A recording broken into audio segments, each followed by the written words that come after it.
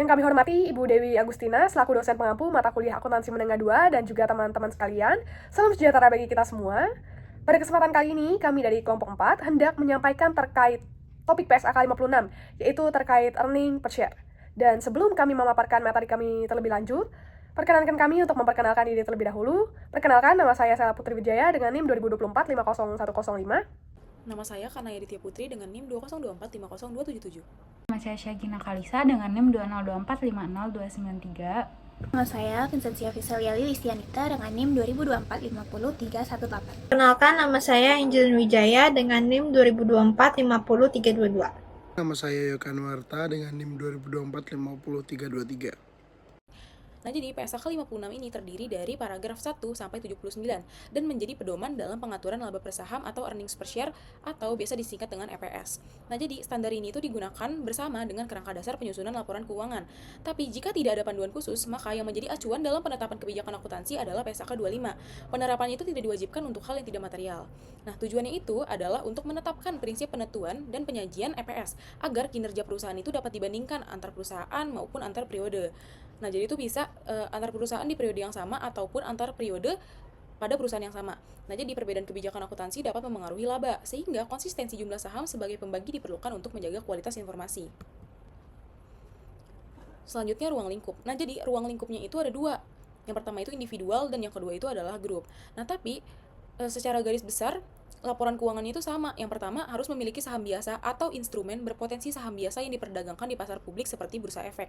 Nah, yang kedua itu sudah atau sedang menyampaikan laporan keuangan kepada regulator untuk penerbitan saham publik.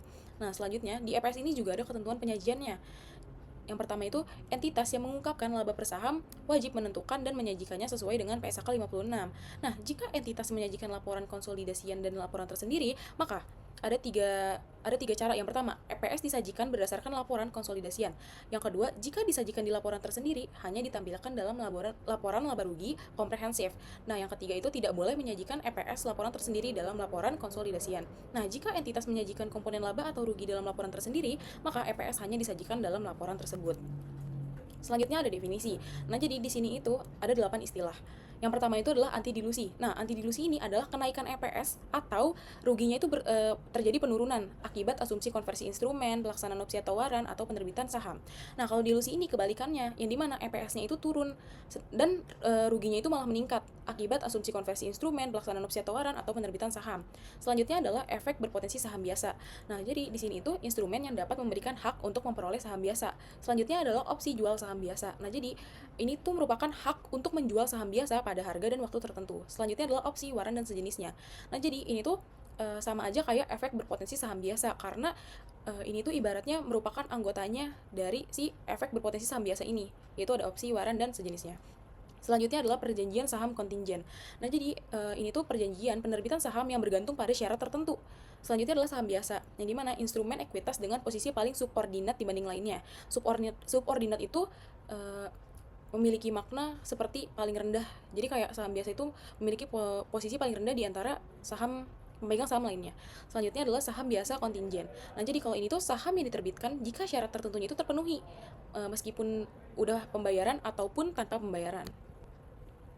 Jadi saham biasa itu berhak atas laba setelah saham lain, misalnya saham preferen, udah menerima bagiannya. Nah, jadi entitas itu dapat memiliki lebih dari satu kelas saham biasa, dan setiap kelas dengan jenis yang sama memiliki hak dividen yang sama.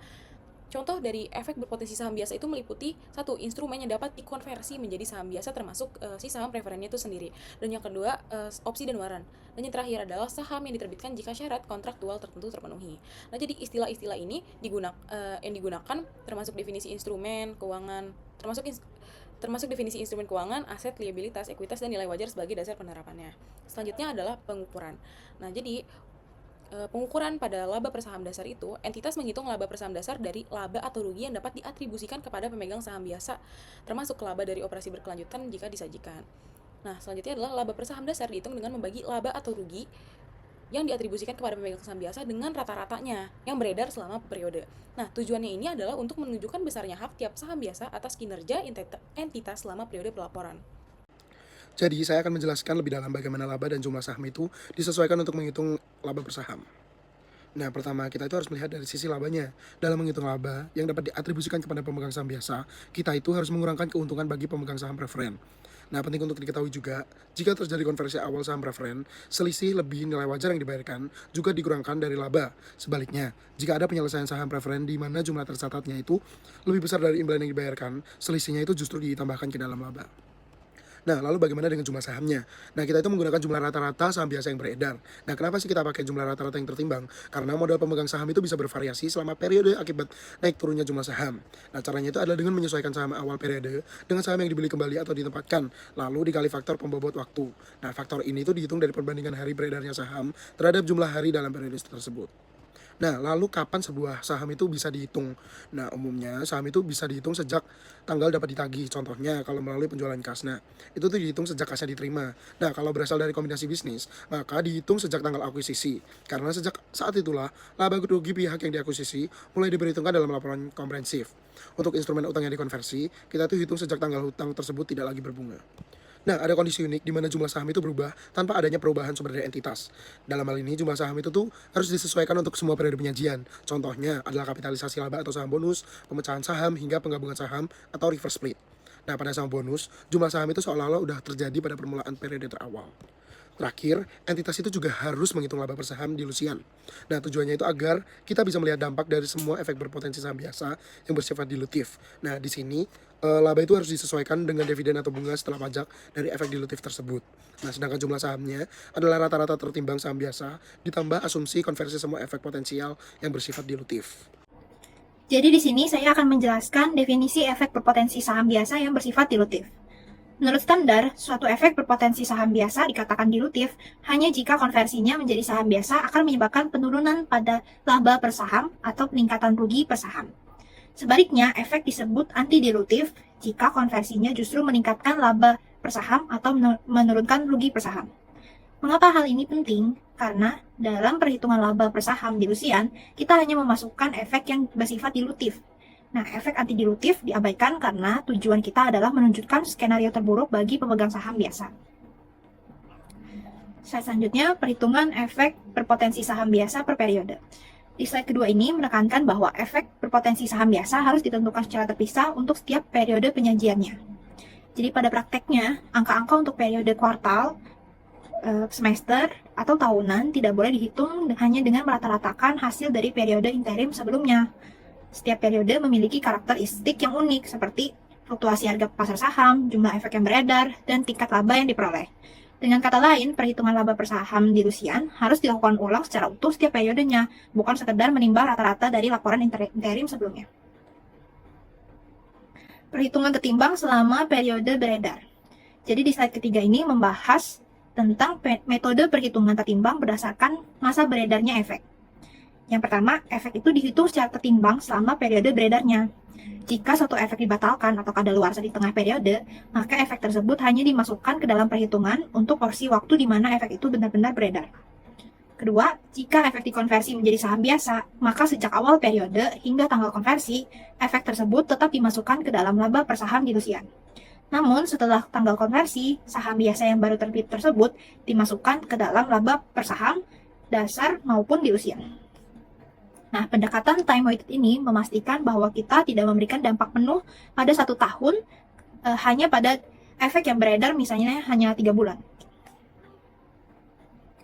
Lalu, penentuan jumlah saham saat konversi. Jadi di slide ini, jumlah saham biasa yang akan ditempatkan ketika suatu efek dikonversi harus mengikuti persyaratan yang tercantum dalam kontrak efek tersebut. Namun, ada situasi di mana tersedia lebih dari satu opsi basis pengkonversian. Dalam kasus seperti ini, kita harus menggunakan asumsi yang paling menguntungkan dari sudut pandang pemegang efek. Karena pemegang efek tentu akan memilih metode konversi yang memberikan keuntungan terbesar bagi dirinya.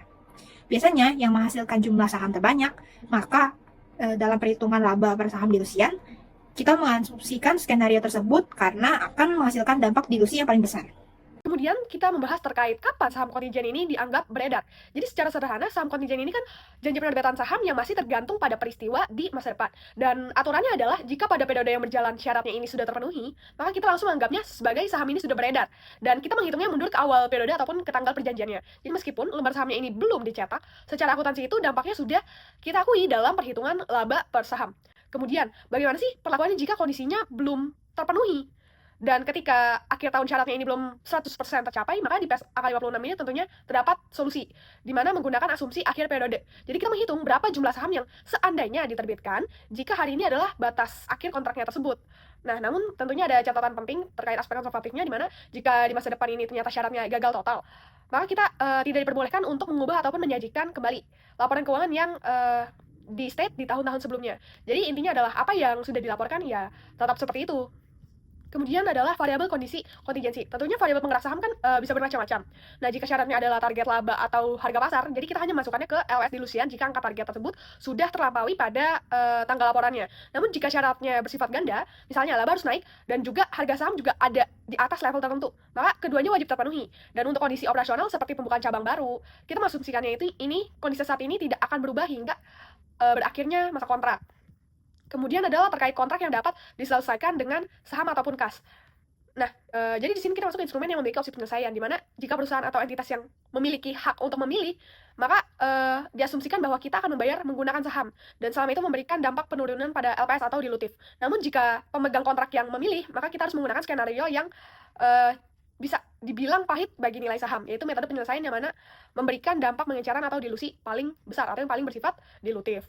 Nah, selanjutnya adalah terkait opsi yang dibeli dan juga opsi jual yang diterbitkan. Jadi terkait opsi, di sini ada perbedaan perlakuan yang kontras begitu. Dimana jika perusahaan membeli opsi untuk sahamnya sendiri, biasanya kita abaikan karena dampaknya malah memperbesar laba per saham atau anti dilutif. Namun jika kita menerbitkan opsi jual atau write-in put options dan harganya sedang menguntungkan pemegang opsi atau di kondisi in the money, maka potensi dilusinya harus dihitung. Dan asumsinya adalah perusahaan harus menerbitkan saham baru untuk membiayai kewajiban membeli kembali saham tersebut di harga kontrak. Kemudian selanjutnya adalah terkait penyesuaian retrospektif. Nah, di sini perhitungan LPS harus disesuaikan secara retrospektif. Artinya, jika terjadi aksi korporasi, seperti misalnya pembagian saham bonus, stock split, maka kita harus menyesuaikan angka LPS tahun ini dan juga yang tahun lalu. Kenapa? Karena agar perbandingannya ini adil, dan pemegang saham baru bisa melihat kinerja laba yang sebenarnya tanpa terdistorsi oleh perubahan jumlah lembar saham yang terjadi tanpa adanya aliran kas masuk. Selanjutnya terkait penyajian di laporan laba rugi komprehensif.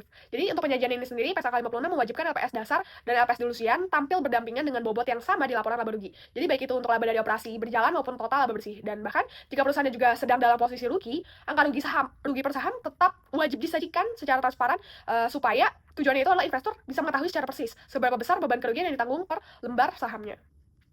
Nah, yang terakhir adalah pengungkapan yang diwajibkan, di mana di bagian catatan atas laporan keuangan ini kita wajib menunjukkan rekonsiliasi ataupun jembatan angka antara laba bersih dengan jumlah rata-rata saham yang digunakan. Nah, di sini ada pembilan yaitu jumlah yang digunakan dan rekonsiliasi terhadap laba atau kerugian yang diatribusikan kepada entitas induk termasuk dampak individual setiap jenis instrumen. Kemudian penyebut yaitu jumlah rata-rata tertimbang saham biasa dan rekonsiliasinya. Kemudian instrumen anti dilutif yaitu instrumen yang berpotensi dilutif di masa depan tetapi tidak dimasukkan dalam perhitungan karena bersifat anti dilutif pada periode penyajian. Kemudian transaksi setelah periode perlaporan, yaitu transaksi signifikan yang akan mengubah jumlah saham biasa atau instrumen berpotensi saham biasa jika terjadi sebelum akhir periode.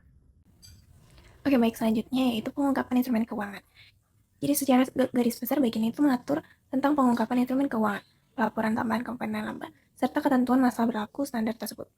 Ini entitas sangat dianjurkan untuk mengungkapkan syarat dan ketentuan dari instrumen keuangan atau kontrak lain yang berpotensi menciri saham biasa. Hal ini itu penting karena syarat tersebut menentukan apakah instrumen tersebut bersifat dilutif, lalu menentukan dampaknya terhadap jumlah rata-rata tertimbang saham yang beredar, dan juga menentukan penyesuaian terhadap laba atau rugi yang diatribusikan kepada pemegang saham biasa.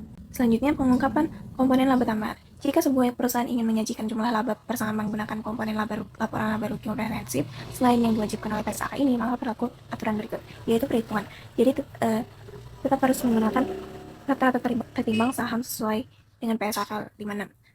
Lalu yang kedua, penyajian ini harus disajikan secara jelas di catatan atas laporan keuangan. Lalu yang ketiga, kejelasan pajak. Jadi entitas harus menyatakan apakah angka LPS tersebut dihitung sebelum atau sesudah pajak. Lalu rekonsiliasi. Jika komponen laba yang digunakan tidak ada di laporan resmi, perusahaan wajib menyertakan rekonsiliasi ke pos yang tersedia. Lalu yang terakhir, laporan laba rugi terpisah. Ketentuan ini juga berlaku bagi entitas yang melaporkan komponen tersebut dalam laporan laba rugi terpisah. Selanjutnya yaitu pedoman aplikasi. Bagian ini memberikan panduan teknis mengenai cara menghitung berbagai komponen laba per saham atau LPS. Laba atau rugi yang diatribusikan ke entitas induk. Dalam laporan keuangan konsolidasian, angka laba atau rugi yang digunakan sebagai pembilang dalam perhitungan LPS adalah laba atau rugi entitas konsolidasian setelah disesuaikan dengan kepentingan non-pengendali atau hak minoritas. Lalu hak pemesan efek terlebih dahulu atau HMETD atau right issue. Penerbitan saham melalui HMETD ini seringkali mengandung unsur bonus karena harga pelaksanaannya bisa lebih rendah dari nilai wajar saham.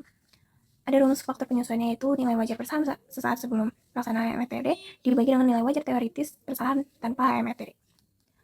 Nah, lalu selanjutnya angka kendali. Angka kendali digunakan untuk menentukan apakah efek berpotensi saham biasa bersifat deduktif atau antideduktif.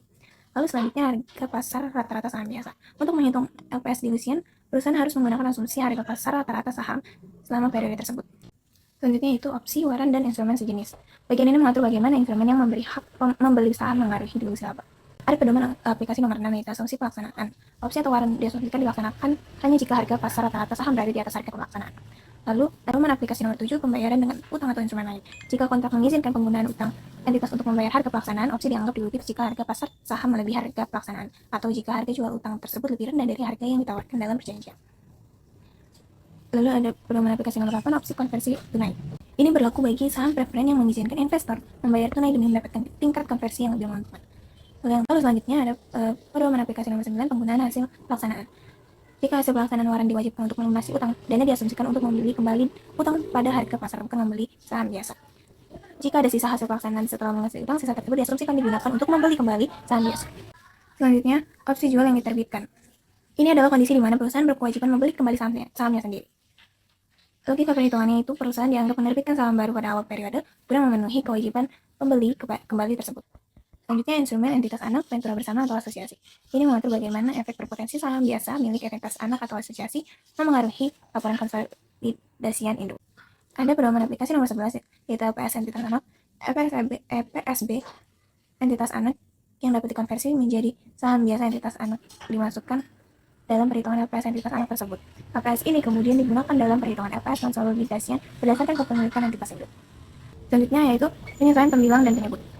Pembilang atau laba ini harus disesuaikan dengan bagian laba atau rugi entitas anak setelah memperhitungkan dividen atau dampak konversi EPSB di level naik anak. Lalu penyebut atau saham tidak berubah di level induk jika konversi hanya terjadi pada level saham entitas anak, kecuali jika EPSB tersebut memang bisa dikonversi menjadi saham induk. Selanjutnya kita akan membahas tentang instrumen ekuitas, partisipasi, dan saham biasa 2 kelas. Nah, metode alokasinya itu metode 2 kelas. Penyesuaian laba, yaitu laba rugi yang didistribusikan ke entitas induk disesuaikan dengan mengurangi jumlah dividen yang diumumkan periode tersebut dan dividen kontraktual seperti dividen kumulatif. Alokasi sisa laba, yaitu dialokasikan ke setiap kelas saham seolah-olah seluruh laba tersebut didistribusikan. Total laba per kelas yaitu jumlah dividen yang diumumkan ditambah dengan alokasi sisa laba untuk setiap instrumen. Pada penghitungan LPS-nya, total laba per kelas dibagi dengan jumlah instrumen yang beredar di kelas tersebut. Nah, saham yang dibayar sebagian itu tuh jika berhak atas dividen LPS dasar, saham ini dianggap sebagai bagian dari saham biasa dalam perhitungan LPS dasar. Jumlahnya diperhitungkan secara proporsional berdasarkan sejauh mana saham tersebut berhak menerima dividen dibandingkan dengan saham biasa yang dibayar penuh. Nah, kalau misalkan tidak berhak, yaitu diperlakukan serupa dengan waran atau opsi. Diasumsikan uang yang belum dibayar digunakan untuk membeli kembali saham biasa pada harga pasar. Jumlah yang dimasukkan dalam penyebutan LPS dilusian adalah selisih antara jumlah saham yang dipesan dengan jumlah saham yang diasumsikan dapat dibeli kembali dari kas yang belum masuk tersebut. Selanjutnya, contoh saham preferen dengan tingkat imbal hasil meningkat. Entitas D menerbitkan saham preferen senilai 100 pada 1 Januari. Namun dividen tunainya 7 per tahun baru mulai dibayar pada tahun 2000 X4. Ada masa tunggu 3 tahun. Karena dividen baru dibayar di masa depan, saham ini diterbitkan dengan diskonto atau lebih murah dari nilai nominalnya. Harga penerbitannya yaitu 100 yang didiskonkan 7% selama 3 tahun, yaitu 81,63.